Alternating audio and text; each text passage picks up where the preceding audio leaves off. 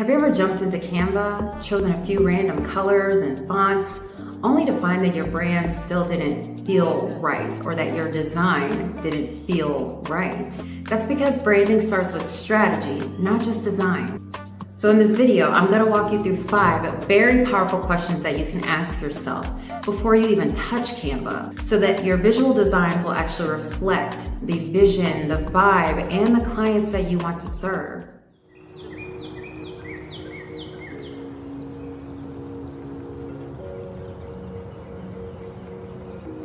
Most women that I work with have been DIYing their designs for months or even years, but because they skip this one very crucial step, they all say the same thing, that their branding and their designs feel scattered or inconsistent. So answering these questions will actually bring you a lot of clarity that's going to save you time, money, and frustration later on. So here are 5 powerful questions to ask yourself before DIYing your brand. This is a guide to designing a brand that reflects your vision and your vibe. If you would like the slides, I will leave the link in the description, okay? It's important that you stop picking randomness when you're in Canva. So here's 5 brand identity questions to ask yourself. These are questions that I do go with clients, so I do find them very important. These are questions that I myself even use when I am doing mock brands or working with clients. So it works. So I'm going to share these questions with you.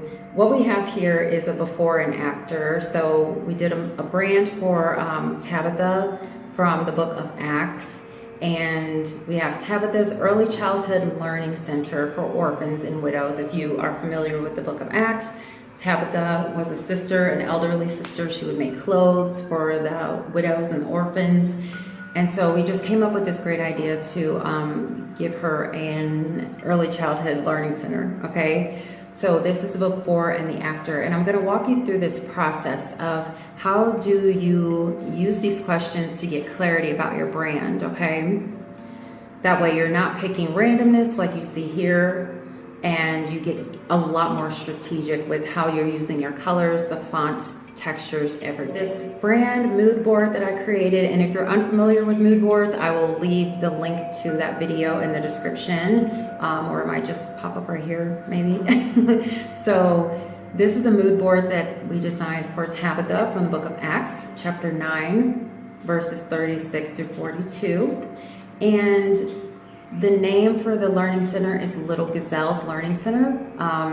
So a gazelle, that's Tabitha's name. It translates to gazelle, or Dorcas also translates to gazelle, also graciousness. So that was what we wanted to convey with this brand. So you can see here, charity was something that Tabitha was really big on, was charity, reciprocation. So here you have a gazelle with a bird. If you're familiar with symbiotic relationships, that's all about reciprocation. Wisdom is another value that you want to have in this type of brand. Exploration, since it's an early childhood education center, you want the children to be able to explore and learn and get to know what it is that they are, what their gifts are according to the word. And graciousness, again, Tabitha means graciousness, Dorcas means graciousness as well as gazelle. And then knowledge, because that's education and knowledge of the word. And then also inspiration. So that goes with, myself coming from early childhood education, you do want children to be very inspired and explorative. They tie hand in hand. So that's how we really worked with this brand right here, with creating a brand for Tabitha. So it wasn't just about her clothing, but how can we incorporate the clothing she was making and create an actual brand out of it? So that's how we came up with Little Gazelle's Learning Center. So I'm going to actually walk you through this process of how you can do this for yourself. Okay, so why exactly does strategy matter? So DIYing without a strategy equals confusion. It is, as you see this desk right here, it's very scattered, it's very haphazard, there is no cohesion. This is what it feels like every single time that you create a graphic. It's just kind of whatever is inspiring you at that time, right? And this is completely normal. I myself have even gone through this process. So this is why I recommend going through the process that I've created that makes designing so much more easier, so much more strategic, because there is a strategy to it. So when you have strategy in your design process, then you can get clarity and consistency, okay? And so as you see here, we have this desk that's a lot more neat, put together, a lot more polished. So it really just depends on what your actual brand messaging is, as far as like how you're going to create your strategy and what kind of images and colors and fonts you're going to use. If your brand is not about being polished, you don't have to have that in there. So we're going to talk about that. So 5 powerful questions that you want to ask yourself before DIYing your brand are: who am I serving? What transformation am I creating? What emotions do I want to evoke? The values that I have of my brand, and then also the essence or legacy that the brand should convey. So let's get into this. Number 1, who am I serving? Who are you serving? So you want to define your ideal client very clearly. So think about what keeps your client up at night. Are you speaking to someone who's like a high-level coach or a first-time entrepreneur? You know who you work with. You want to get clear about that. What are they struggling with?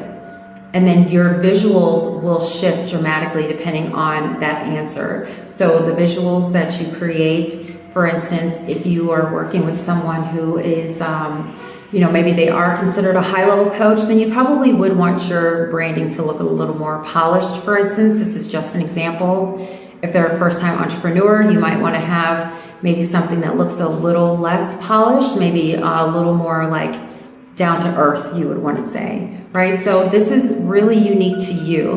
But what happens when we don't have a strategy is that the design process can feel aimless, as you see here, aimless design process.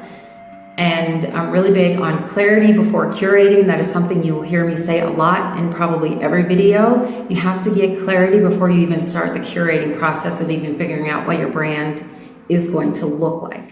So you also want to ask yourself, what transformation do I help my clients achieve? Okay, so you want to begin to frame your service in terms of results and not just features. And this takes a lot of practice. As someone who's been online in the online business world for so many years, this takes time, but this is where you start to get the best results in your work, is because you are framing your business in terms of results, not the service that you provide, okay? So for example, if you help your clients go from burnout to balance, your brand vibe should reflect calm and clarity.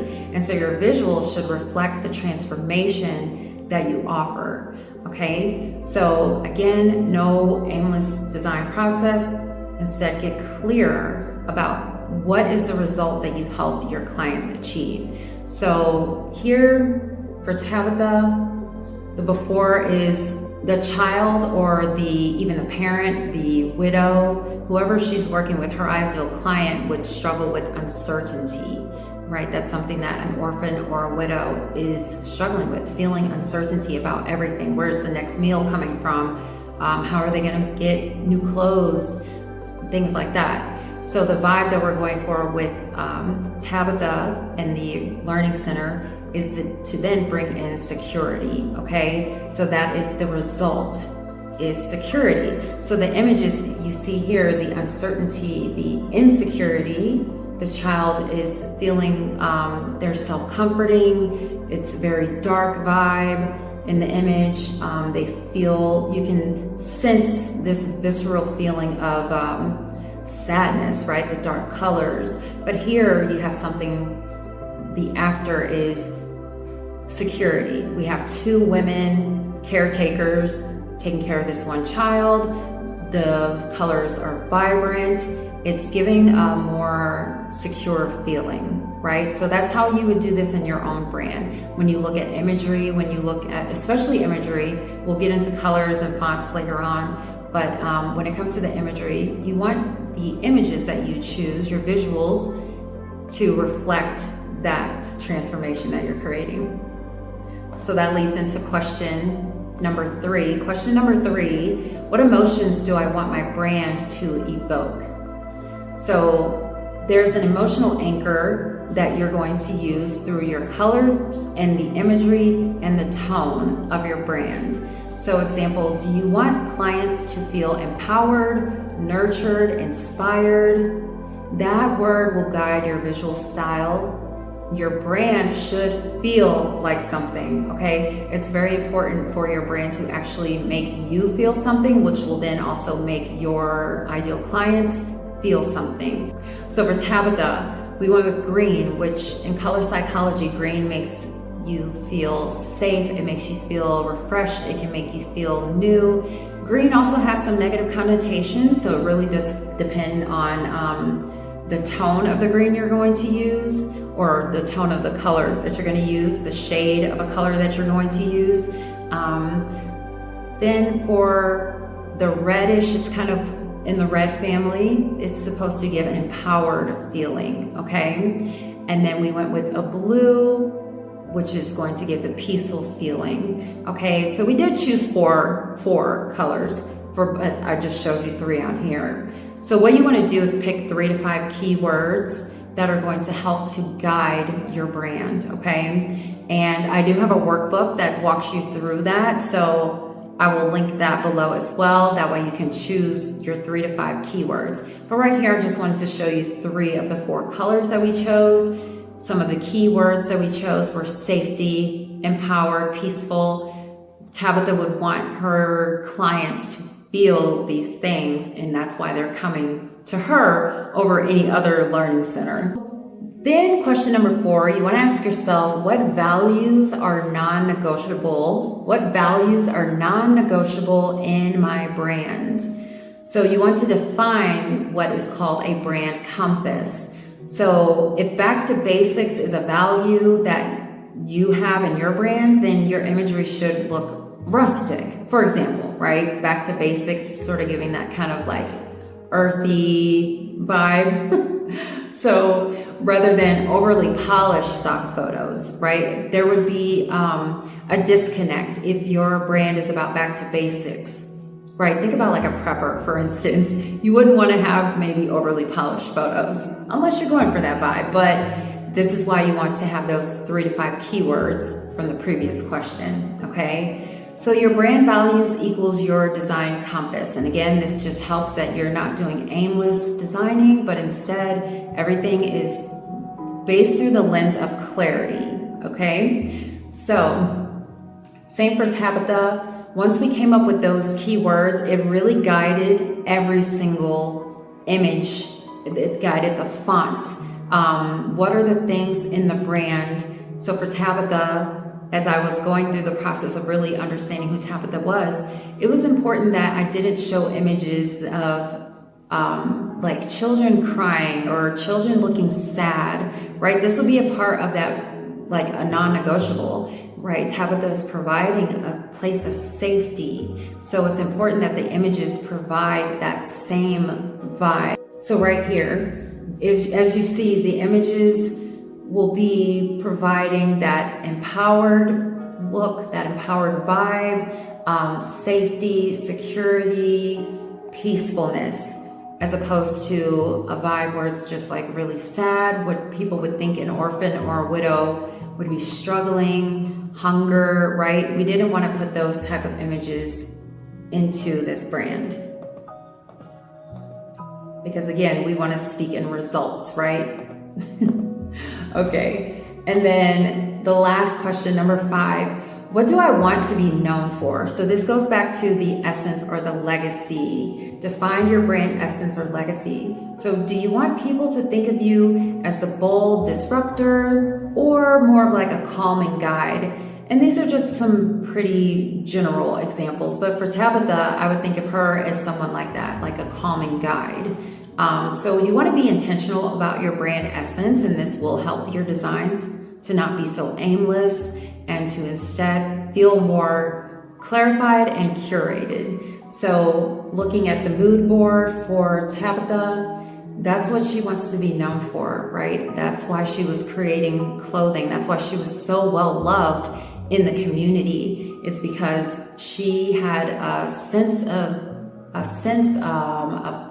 I would say a vibe about her. She had a vibe about her that was very peaceful, calm, loving.